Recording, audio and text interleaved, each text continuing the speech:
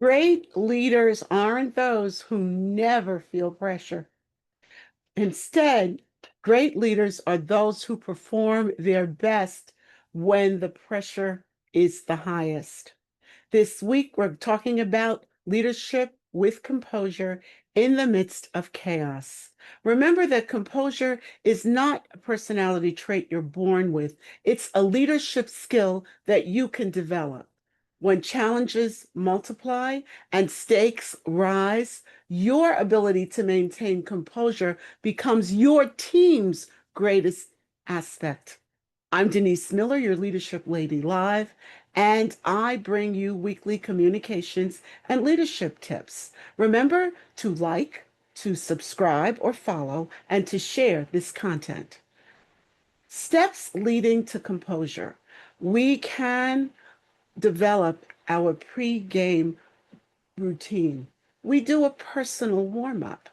We do morning practices that center us before the day even begins. Whether there'll be chaos or not, we don't know.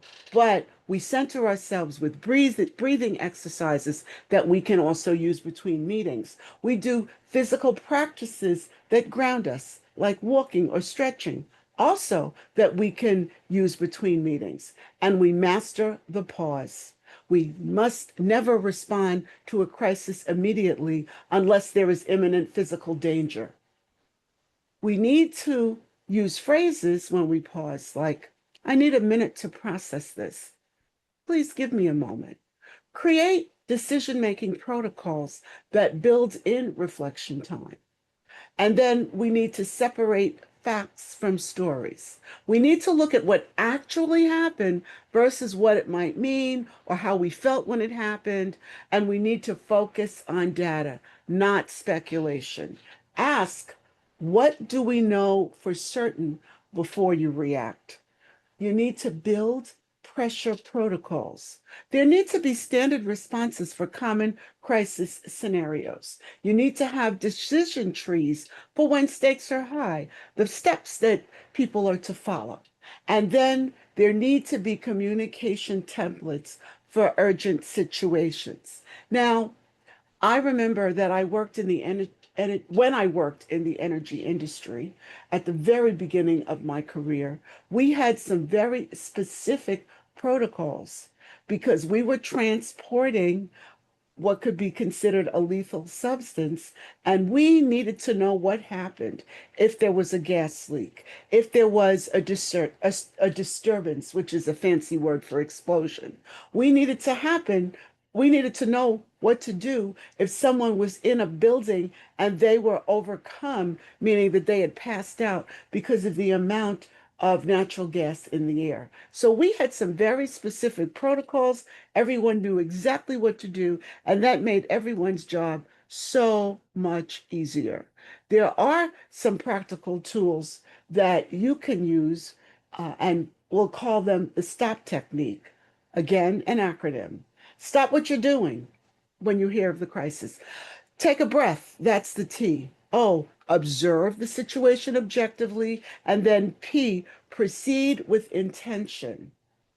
We need also to make sure that our teams have what I like to call pressure inoculation training. We need to practice high stakes scenarios with our team. We need to role play difficult conversations, and we need to run drills for potential crisis situations. I get a lot of that understanding from my work in the energy industry. I was in a major New York City, and I was always cognizant of the fact that there were lots of people, and if we did not follow the protocols as a team, someone could be hurt badly, someone could die. So we practiced those protocols consistently.